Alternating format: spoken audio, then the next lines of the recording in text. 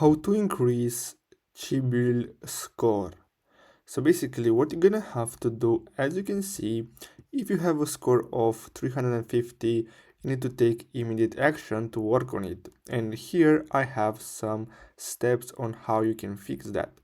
So the first one is to correct the errors on your credit report. So as you can see, you can do after checking your credit score is to go through your credit report carefully. If you see any inquiries that were not authorized by you, raise the dispute and get them rectified. Make timely payments. So as you can see, pay your loan, EMIs, and your credit card bills on time and in full every month.